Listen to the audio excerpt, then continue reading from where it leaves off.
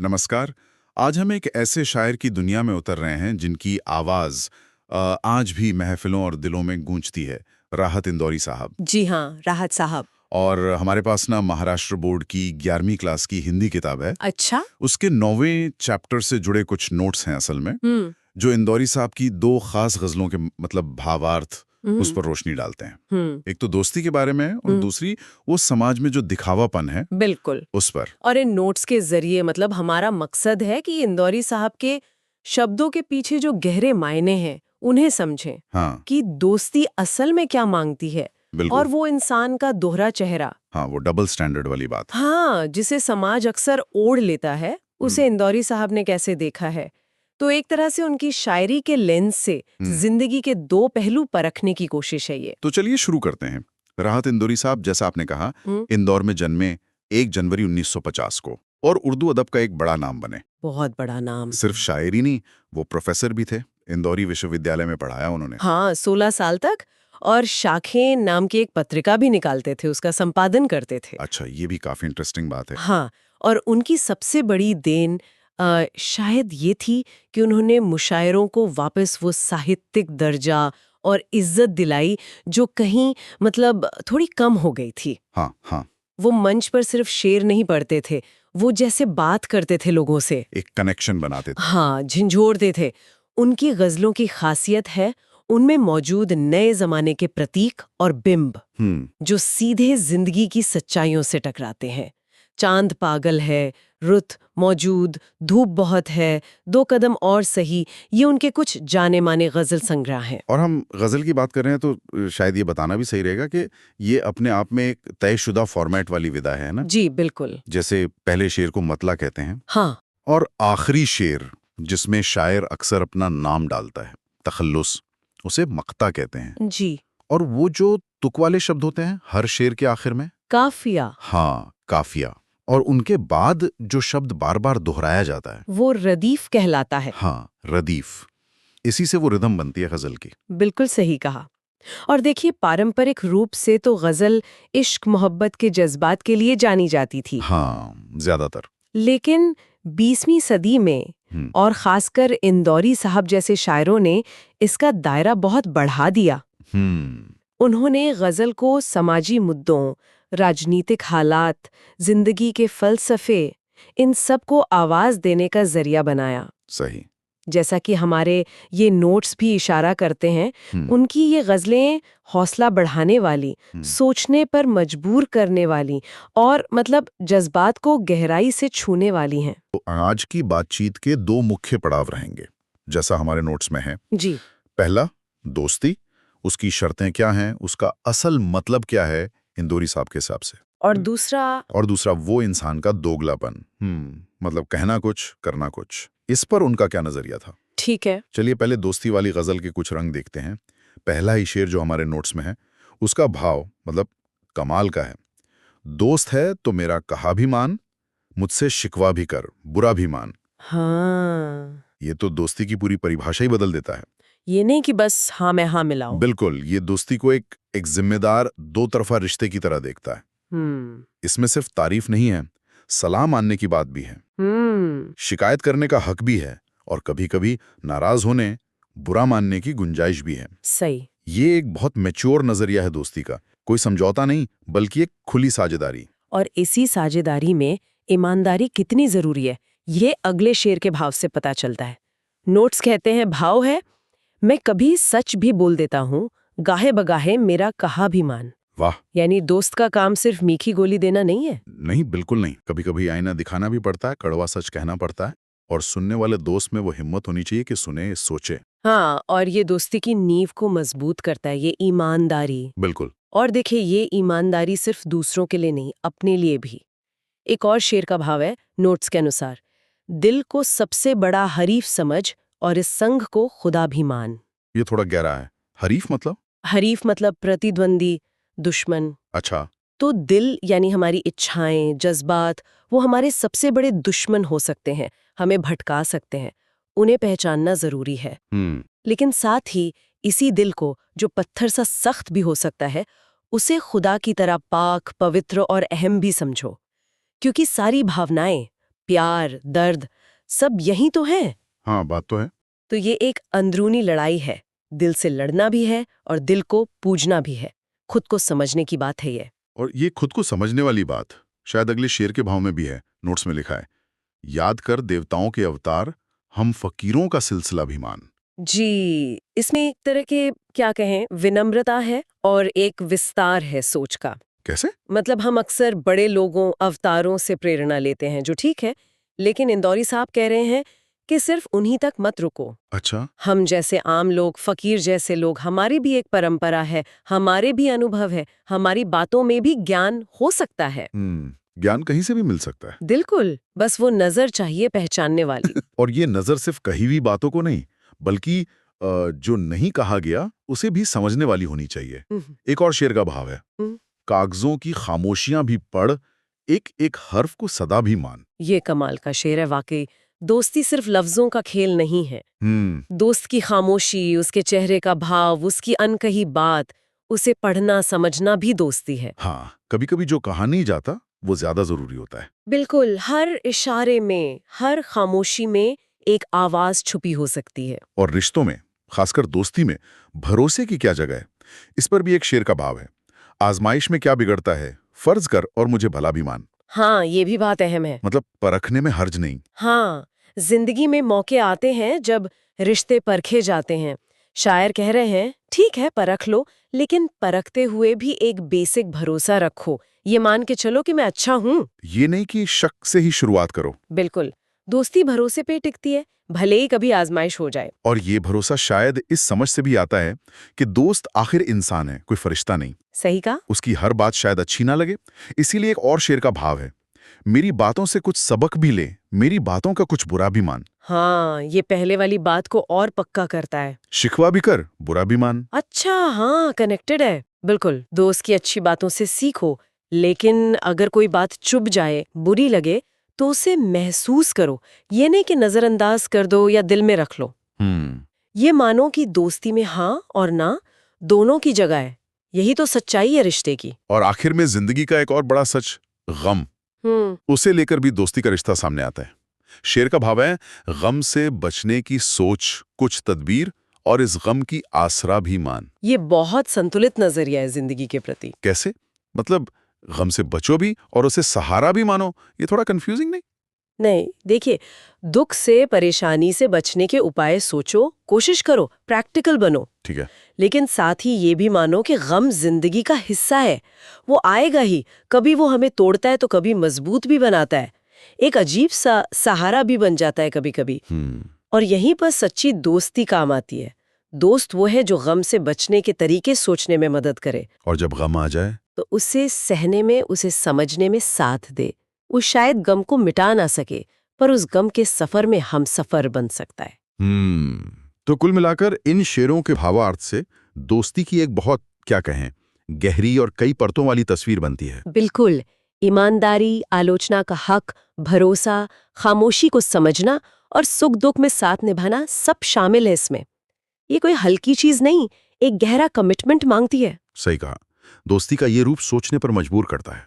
अब आते हैं दूसरे पहलू पर। जी, दोगलापन। हाँ, जिसका जिक्र हमारे नोट्स में है, इंसानी फितरत का दोगलापन। नोट्स ये बताते हैं कि इंदौरी साहब की एक और गजल इसी विषय पर है। हालांकि उसके शेर यहाँ डिटेल में नहीं दिए गए हैं। नहीं दिए। लेकिन उसका सार यह है कि आज के दौर में लोग जैसे हैं वैसा दिखाते नहीं, और जैसा दिखाते हैं वैसे होते नहीं। हाँ, स्रोत ये साफ करता है कि दूसरी गजल आज की सामाजिक सच्चाई दिखाती है, जहाँ लोगों के असली चेहरे और दुनिया को दिखाए जाने वाले चेहरे में बड़ा फर्क है। अच्छा। इसी होने और दिखने के अंतर पर, इसी दोगलेपन पर इंदौरी साहब ने अपनी गजल में व्यंग किया है, मतलब ताना कसा है। तो चूंकि हमारे पास उस गजल के शेर तो नहीं है, तो हम उन शेरों का विश्लेषण तो नहीं कर सकते। लेकिन इस थीम पर बात करना जरूरी है, क्योंकि नोट्स इसे इंदौरी साहब के कंसर्न्स का एक अहम हिस्सा बता रहे हैं। बिल्कुल, और ये थीम आज कितनी रेलेवेंट लगती है। हाँ, सोशल मीडिया के जमाने में तो शायद और भी ज्यादा, जहां हर कोई अपनी जिंदगी का एक खास चमकाया हुआ वर्जन पेश करने में लगा है। असलियत कहीं पीछे छूट जाती है। इंदौरी साहब ने तो शायद ये बहुत पहले ही देख लिया था। लगता तो यही है। बिल्कुल, उनकी शायरी की खासियत ही यही थी कि वो वक्त से आगे की बात करते थे और बड़े सीधे सरल अंदाज में। देखिए, पाखंड या दोगलापन समाज में हमेशा से रहा है। हाँ, ये कोई नई बात तो नहीं। नहीं, लेकिन शायद आज की जीवन शैली ने इसे और उभार दिया है। इंदौरी साहब का व्यंग्य इसी दिखावे पर होता था। वो अपनी गजलों से जैसे सवाल पूछते थे, ये जो मुखौटे हमने पहन रखे हैं, क्यों है ये?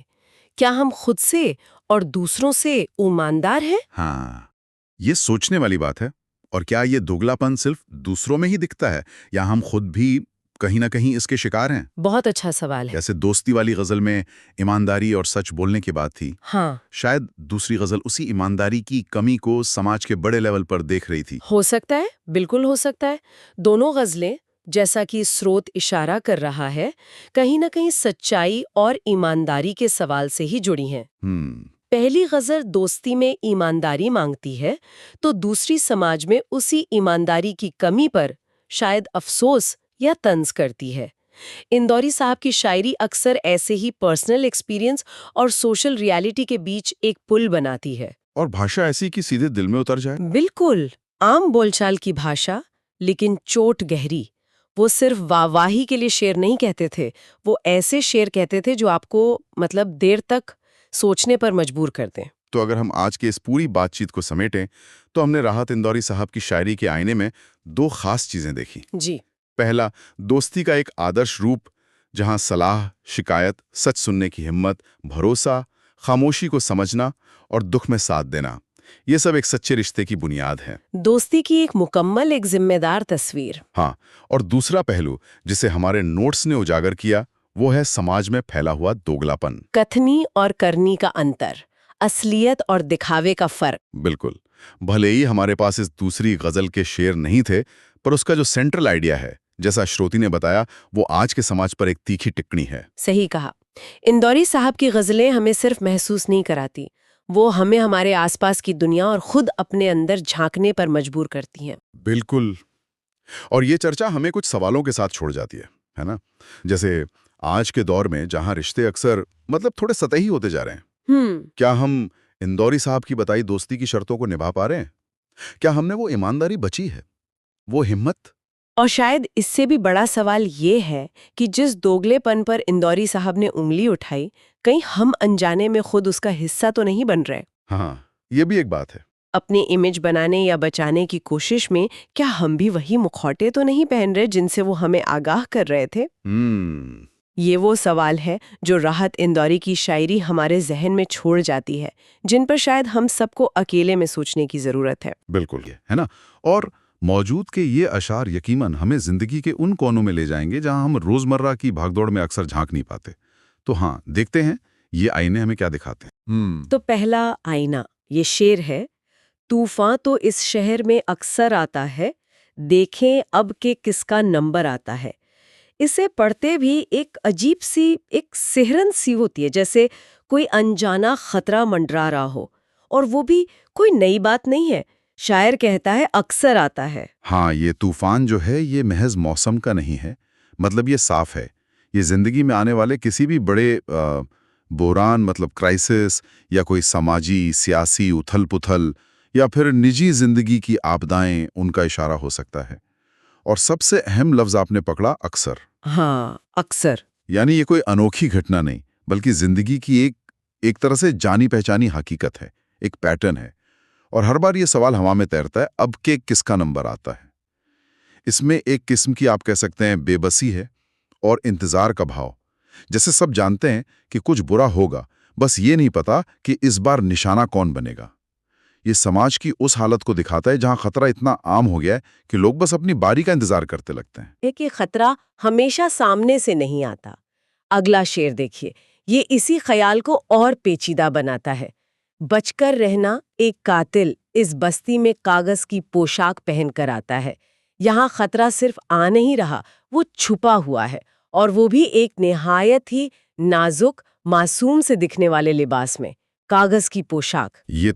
ये शेर कमाल का है। ये धोखे और फरेब की जो नफ्सियात है ना, उस पर रोशनी डालता है। कागज की पोशाक क्या बेहतरीन तशबीह है, मेटाफर जिसे कहते हैं।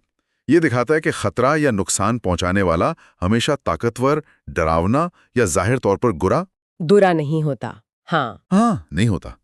कई बार वो बेहद कमजोर, नाजुक, मासूम या भला दिखने वाली शक्ल में आता है। अब सोचिए, कागज कितना नाजुक होता है ना? जरा सी नमी या हवा से फट जाए, लेकिन यही नाजुकी एक हथियार बन जाती है, एक पर्दा। ये कोई झूठा वादा हो सकता है, कोई धोखा देने वाला दस्तावेज, या कोई ऐसा इंसान जिसका बर्ताव उसके इरादों से बिल्कुल उलट हो। वो इतना बेजरूर लगता है कि हम उसकी तरफ से बेफिक्र हो जाते हैं, और तभी वो वार करता है। लेकिन ये सवाल उठता है कि ये कागज की पोशाक पहनने वाला आखिर कामयाब होता क्यों है? क्या हमारी उम्मीदें या हमारा भरोसा ही हमें ज्यादा कमजोर बना देता है? हम शायद यकीन करना चाहते हैं कि दुनिया उतनी बुरी नहीं है। आपके बात में वजन है, बहुत जरूरी सवाल है ये कागज की पोशाक शायद इसीलिए कारगर होती है क्योंकि वो हमारी उम्मीदों, हमारे भरोसे या कभी-कभी हमारी लापरवाही का फायदा उठाती है। देखिए, समाज भरोसे पर चलता है, रिश्तों की बुनियाद यकीन पर होती है।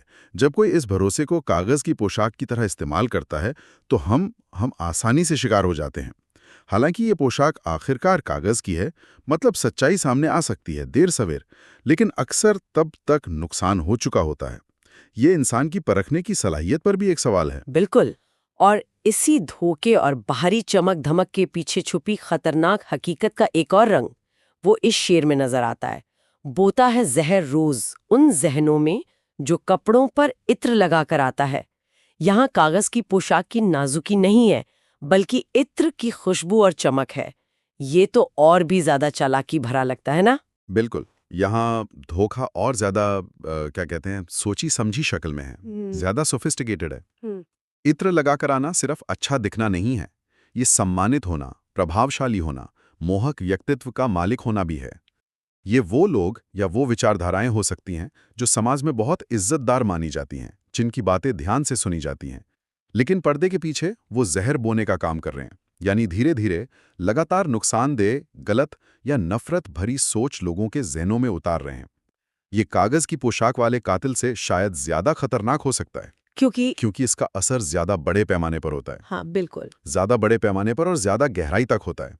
ये ज़हनों को निशाना बनाता है, जो कि सबसे उर्वर जमीन होती है किसी भी विचार के लिए। तो क्या ऐसा कह सकते हैं कि कागज की पोशाक वाला धोखा ज्यादा निजी स्तर पे है और इत्र लगाकर जहर बोने वाला ज्यादा सामाजिक या वैचारिक स्तर पर दोनों ही बाहरी रूप और अंदरूनी हकीकत के फर्क को उजागर करते हैं। हाँ, काफी हद तक ऐसा कहा जा सकता है। कागज की पोशाक वाला शायद एक व्यक्ति या एक छोटे समूह को निशाना बना रहा हो, जबकि इत्र लगाकर जहर बोने वाला पूरी नस्लों या समाज की सोच को बदलने की कोशिश कर सकता है। लेकिन दोनों की जड़ एक ही है, दिखावे और असलियत का फर्क, और इस फर्क का इस्तेमाल नुकसान पहुंचाने के लिए करना। ये अशार हमें लगातार एक तरह से चौकन्ना रहने की दावत देते हैं, चीजों को सिर्फ उनकी बाहरी सतह से न आंकने की। लेकिन अच्छी बात यह है कि शायर सिर्फ खतरों और धोखों की निशानदेही करके हमें मायूस नहीं छोड़ता। एक रास्ता, एक बचाव का जरिया भी दिखाता है ये शेर। यारों के भी दांत बहुत जहरीले हैं, हमको भी सांपों का मंत्र आता है। यहाँ एक कड़वी सच्चाई का सामना है कि दोस्त भी दुश्मन बन सकते हैं, उनके दांत जहरीले हो सकते हैं, मगर साथ ही एक आत्मविश्वास भी है कि हमको भी सांपों का मंत्र आता है।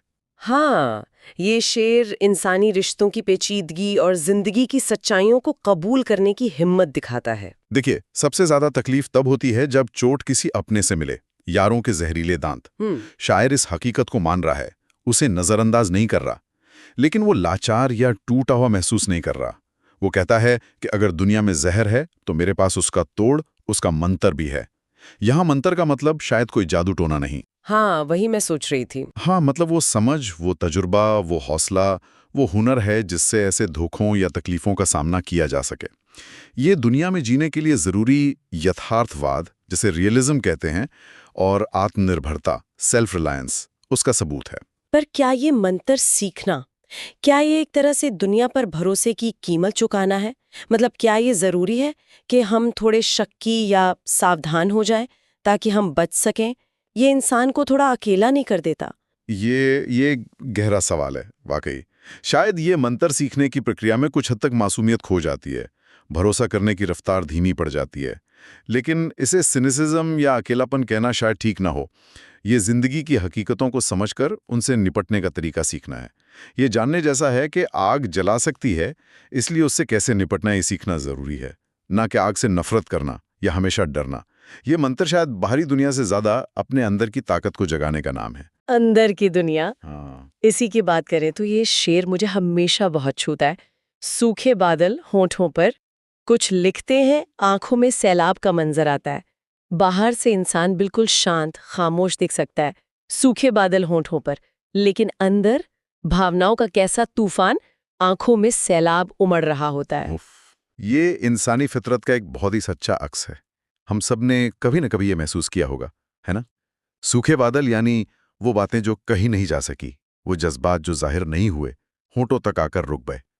लेकिन अंदर, आंखों में जहां असलियत झलकती है, वह भावनाओं का पूरा सैलाब उमड़ रहा होता है। ये अनकहा दर्द हो सकता है, दबी हुई खुशी, कोई गहरा गम या कोई ऐसी अनुभूति जिसे लफ्जों में ढालना मुमकिन ना हो। आंखें अक्सर वो कह देती हैं जो जबान नहीं कह पाती। ये शेर अंदरूनी और बाहरी दुनिया के बीच के फासले को बड़ी खूबसूरती से पकड़ता है। पर क्या ये अंदरूनी सैलाब हमेशा अंदर ही रहता है? क्या ये कभी बाहर नहीं आता, या अगर आता है तो कैसे? ये एक दिलचस्प सवाल है और शायद इसका जवाब अगले शेर में छुपा है। शायद ये सैलाब कभी आंसुओं की शक्ल में बाहर आता है, कभी किसी कलाकृति में ढल जाता है, कभी किसी करीबी दोस्त के सामने जाहिर होता है, और कभी-कभी शायद अनजाने में ही हमारी बातों से झलक जाता है। इसी से जुड़ा एक और शेर है जो बताता है कि अंदर जो कुछ भी है वो आखिरकार किसी ना किसी तरह जाहिर हो ही जाता है। हाँ, आप शायद इस शेर की बात कर रहे हैं। तकरीरी में सबके जौहर खुलते हैं, अंदर जो पलता है बाहर आता है। यानी बोलने का अमल, बातचीत, वो लम्हा है जब इंसान की असलियत सामने आ जाती है। बिल्कुल बिल्कुल। तकरीरी का मतलब है भाषण, बातचीत या बस बोलना, और जौहर का मतलब है किसी चीज का असल तत्व, उसकी असल काबिलियत, गुण या खामी यानी असलियत। तो शेर कह रहा है कि जब इंसान बोलता है तो उसके अंदर जो कुछ भी पलता है, उसकी सोच, उसके इरादे, उसकी समझ, उसका किरदार, वो सब जाहिर हो जाता है, उसके जौहर खुल जाते हैं। हम कितनी भी कोशिश करें, हमारी बातें कहीं ना कहीं हमारी असलियत का पता दे ही देती हैं। ये अभिव्यक्ति की ताकत है और सच्चाई को सामने लाने का एक जरिया भी। शब्द सिर्फ मालूमात नहीं देते, वो बोलने वाले का एक्सरे भी करते हैं एक तरह से। अच्छा, तो ये शेर एक तरह से उन कागज की पोशाक वालों और इत्र लगाकर जहर बोने वालों के लिए एक चेतावनी भी है कि उनकी तकरीरी में देर सवेर उनकी असलियत खुल ही जाएगी। हाँ बिल्कुल, इसे इस तरह भी देखा जा सकता है। हालांकि वो अपनी असलियत छिपाने की पूरी कोशिश करते हैं, लेकिन बातचीत में, उनके शब्दों के चुनाव में, उनके तर्कों में कहीं ना कहीं उनकी अंदरूनी सोच झलक ही जाती है। बस हमें सुनने वालों को ध्यान से सुनने और समझने की जरूरत होती है। सच्चाई को हमेशा के लिए छुपाना मुश्किल है, खासकर जब वो शब्दों के जरिए बाहर आ रही हो। अब जरा एक अलग मिजाज का शेर देखते हैं। इसमें रहस्य और रूहानियत की हल्की सी झलक है। रहमत मिलने आती है पर फैलाए पलकों पर जब कोई परवाना आता है।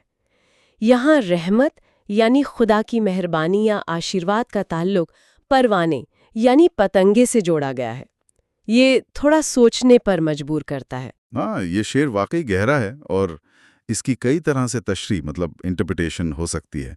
परवाना आमतौर पर शमा के गिर्द मंडराने वाले, इश्क में जल मिटने वाले आशिक का प्रतीक है ना? ये जुनून, समर्पण, आत्मविनाश और साथ ही नाजुकी का भी इशारा है। पलकों पर परवाना आना, ये एक बहुत ही नाजुक, लगभग महसूस न होने वाला लम्हा हो सकता है। ये किसी गहरी तवज्जो, किसी बेहद नाजुक एहसास के पल या शायद किसी कुर्बानी या पूर्ण समर्पण की अवस्था का इशारा हो सकता है। शायर शायद ये कह रहा है कि जब इंसान ऐसे किसी गहरे, नाजुक या पूरी तरह समर्पित लम्हे से गुजरता है, जब वो दुनिया से कटकर किसी एक ख्याल या एहसास में डूब जाता है, तब खुदा की रहमत या बरकत अपने पर फैलाए उसकी ओर आती है। ये गहरी आंतरिक अवस्था और दैवीय कृपा के बीच एक नाजुक रिश्ते की तरफ इशारा है। तो क्या ये रहमत कमाने के लिए परवाने की तरह जलना या किसी गहरे एहसास में डूबना जरूरी है, या ये बस एक कुदरती अमल है कि जब हम उस अवस्था में होते हैं तो रहमत खुद ब खुद आ जाती है? शायद ये दोनों का मिला-जुला रूप है। ये जरूरी नहीं कि जलना ही पड़े, लेकिन एक गहरी संजीदगी, एक समर्पण, एक खास किस्म की अंदरूनी कैफियत शायद जरूरी है। जैसे फूल खिलता है तो तितली खुद आ जाती है, वैसे ही जब रूह एक खास अवस्था में होती है तो रहमत उसकी तरफ खींचती है। एक तरह का आध्यात्मिक आकर्षण हो सकता है। और अब जिंदगी के विरोधाभासों की, पैराडॉक्सेस की बात करें तो ये शेर तो कमाल का है। सूख चुका हूं फिर भी मेरे साहिल पर पानी पीने रोज समंदर आता है। एक सूखा साहिल यानी किनारा जो खुद पानी से महरूम है, खाली है, लेकिन ताज्जुब ये कि समंदर जो पानी का अथाह भंडार है, वो अपनी प्यास बुझाने इस सूखे साहिल पर आता है। ये कैसे मुमकिन है? हाँ हाँ, गजल की खूबसूरती ही ऐसे विरोधाभासों में है जो आपको सोचने पर मजबूर कर दें। सूख चुका हूं, ये अंदरूनी खालीपन, नौमीदी, भावनात्मक या शायद भौतिक कमी का इजहार है। जाहिर तौर पर इस साहिल के पास देने को कुछ नहीं है, लेकिन ये इतना मामूली नहीं। इस सूखे साहिल में कोई ऐसी कशिश, कोई ऐसी बात जरूर है कि वो विशाल समंदर को अपनी तरफ खींचता है, और वो भी रोज आता है पानी पीने। ये क्या हो सकता है? शायद ये उस साहिल की यादें हों, उसका ठहराव हो, उसकी कोई अंदरूनी गहराई हो जो समंदर की लहरों में नहीं। या शायद ये किसी अटूट रिश्ते का प्रतीक है जो ज़ाहिरी हालात सूखेपन के बावजूद कायम है। ये शेर दिखाता है कि जिसे हम खालीपन या कमी समझते हैं, उसमें भी एक अजीब सी ताकत, एक महत्व, एक कशिश हो सकती है जो दूसरों को, यहाँ तक कि समंदर जैसी ताकतवर चीज को भी अपनी ओर खींच सकती है। ये ख्याल बहुत दिलचस्प है कि खालीपन में भी कशिश हो सकती है। क्या ऐसा हो सकता है कि समंदर साहिल पर आकर सिर्फ देता नहीं, कुछ लेता भी हो?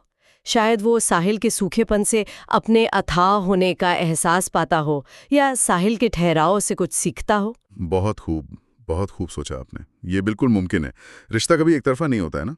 समंदर साहिल को छूकर शायद अपनी लहरों की हद पहचानता है, अपने फैलाव का अंदाजा लगाता है। साहिल का सूखापन शायद समंदर को उसकी अपनी नमी और जिंदगी का एहसास दिलाता हो, या शायद साहिल का ठहराव समंदर की बेचैन लहरों को एक पल का सुकून देता हो। तो हाँ, ये रिश्ता ज्यादा गहरा और दो तरफा हो सकता है, जहां दोनों एक दूसरे के लिए जरूरी हैं, चाहे जाहिरी तौर पर यह विरोधाभासी लगे। और आखिर में ये शेर जो नींद और ख्वाब के रिश्ते पर एक नई रोशनी डालता है। उन आँखों की नींद गुम हो जाती है जिन आँखों को ख्वाब मुयस्सर आता है। आमतौर पर हम सोचते हैं कि ख्वाब तो नींद में ही आते हैं, लेकिन यहाँ शायर कह रहा है कि जिन्हें ख्वाब मिलते हैं उनकी नींद उड़ जाती है। हाँ, ये जिंदगी की एक और बड़ी हकीकत है जिसे शायर ने बड़ी खूबसूरती से बयान किया है। यहाँ ख्वाब मुयस्सर आना, जिसमें मुयस्सर का मतलब है हासिल होना या मिलना, ये सिर्फ सोते हुए देखे गए सपनों तक महदूद नहीं है। इसका मतलब हो सकता है जिंदगी में कोई बड़ा मकसद मिलना, कोई जुनून सवार होना, कोई ऊंचा लक्ष्य सामने आना, या किसी चीज की गहरी सच्चाई या ज्ञान हासिल होना। लेकिन इस ख्वाब की, इस मकसद या ज्ञान की एक कीमत होती है, और वो कीमत है सुकून का छिन जाना, बेचैनी, चिंता, यानी नींद गुम हो जाना। जो लोग बड़े सपने देखते हैं या किसी गहरी सोच में डूबे रहते हैं या किसी मिशन पर होते हैं, उन्हें अक्सर रात भर नींद नहीं आती। उनका जहन जागा रहता है। ये महत्वाकांक्षा, एम्बिशन या जिम्मेदारी, रिस्पॉन्सिबिलिटी या ज्ञान, नॉलेज की कीमत है। आराम और मकसद के बीच एक तनाव हमेशा बना रहता है। तो ये सारे अशार मिलकर जिंदगी की एक बहुत ही पेचीदा, बहुरंगी तस्वीर बनाते हैं। एक तरफ धोखे और खतरे हैं, कागज की पोशाक, इत्र, तूफान, तो दूसरी तरफ उनसे लड़ने की हिम्मत और समझ, सांपों का मंतर। एक तरफ अंदरूनी जज्बात का गहरा समंदर है, आंखों में सैलाब, तो दूसरी तरफ उन जज्बात का जाहिर होना, तकरीरी। और जिंदगी के हैरान करने वाले विरोधाभास भी हैं, खालीपन में कशिश, सूखा साहिल, और सपनों की वजह से नींद का उड़ जाना। बिल्कुल सही कहा आपने, एकदम सटीक सारांश।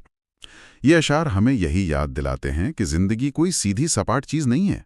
इसमें उजाला है तो अंधेरा भी है, फूल हैं तो कांटे भी हैं, भरोसा है तो धोखा भी है। शायर ने इन सभी रंगों को खतरे, कातिल, जहरीले दांत, चुनौतियां, तूफान, अंदरूनी कश्मकश, सैलाब, धोखेबाजी, कागज की पोशाक, इत्र और साथ ही हिम्मत, मंतर, अंदरूनी ताकत, सूखा साहिल, सच्चाई की जीत, तकरीरी, उम्मीद और रहमत मिलने आती है, सबको एक जगह जमा कर दिया है। शायद इसीलिए इस संग्रह का नाम मौजूद है, क्योंकि ये सारे एहसास, ये सारे हालात, ये सारे विरोधाभास हमारी जिंदगी में हमेशा किसी न किसी शक्ल में मौजूद रहते हैं। हर शेर हमें इंसानी फितरत और जिंदगी के तजुर्बों के किसी ना किसी पहलू से रूबरू कराता है। गजल के इस गहरे समंदर में हमारे साथ गोता लगाने के लिए बहुत शुक्रिया। उम्मीद है मौजूद के इन अशार ने सुनने वालों को भी जिंदगी के कुछ नए रंग दिखाए होंगे और कुछ सोचने पर मजबूर किया होगा। शुक्रिया। और हाँ, चलते चलते एक सवाल जहन में छोड़ने की इजाजत चाहूंगा। शायर ने बाहरी दिखावे और अंदरूनी हकीकत के बीच जो तनाव दिखाया है, कागज की पोशाक और इत्र लगे लिबास के जरिए, वो आज की हमारी डिजिटल और सोशल मीडिया वाली दुनिया में कितना प्रासंगिक है, कितना रेलेवेंट है। क्या आज ये पोशाकें और इत्र नए रूप धारण कर चुके हैं? शायद प्रोफाइल पिक्चर्स, ऑनलाइन पर्सोना या कॉर्पोरेट जगत की चमक धमक, ये आज के दौर के नए नकाब हों? इस पर गौर करना यकीनन दिलचस्प होगा। बहुत दिलचस्प सवाल, सोचने के लिए एक बेहतरीन नुक्ता, शुक्रिया।